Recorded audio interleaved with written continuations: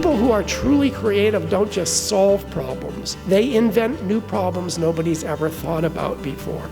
You don't have to be creative in everything you do in order to benefit from the many things you do. The whole thing about right brain, left brain, that's a total myth.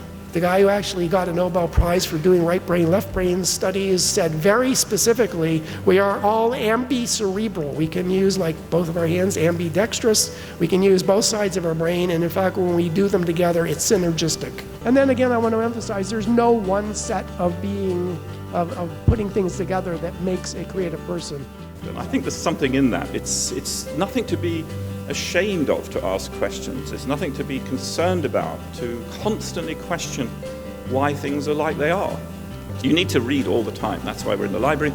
I can't tell you how many times things that have happened that I've discovered or done have come from just pulling information together. So you just have to read voraciously. How do you encourage cultivating curious minds in children and kind of like nudge them towards the scientific field? So you kind of like predetermine the area that they ought to be curious about. What do you think about that?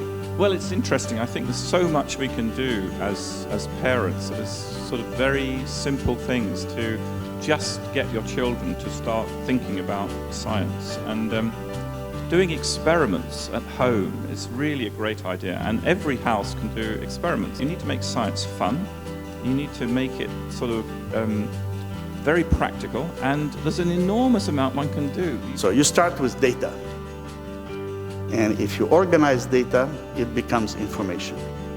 If you explain information, it becomes knowledge. But we need something more than knowledge. We need wisdom. You need to protect your enormous success with diversity, within unity, on values, and for that, values, you need libraries, museums, and media. We need to encourage our young people to also reflect and think about reflecting from, and people have been thinking about that from the time immemorial, from the ancient Greeks to our present times. So this is where I think there's much to be done, and where I believe that the libraries and schools and museums have a lot to do with it. So if you want to understand yourself better, you can start by asking yourself, what do you enjoy doing and why?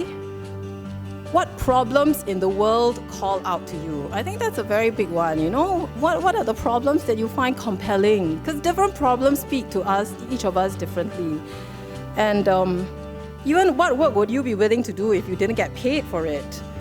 What does that tell you about the kind of career you want to pursue? You know, sometimes we misuse the word passion.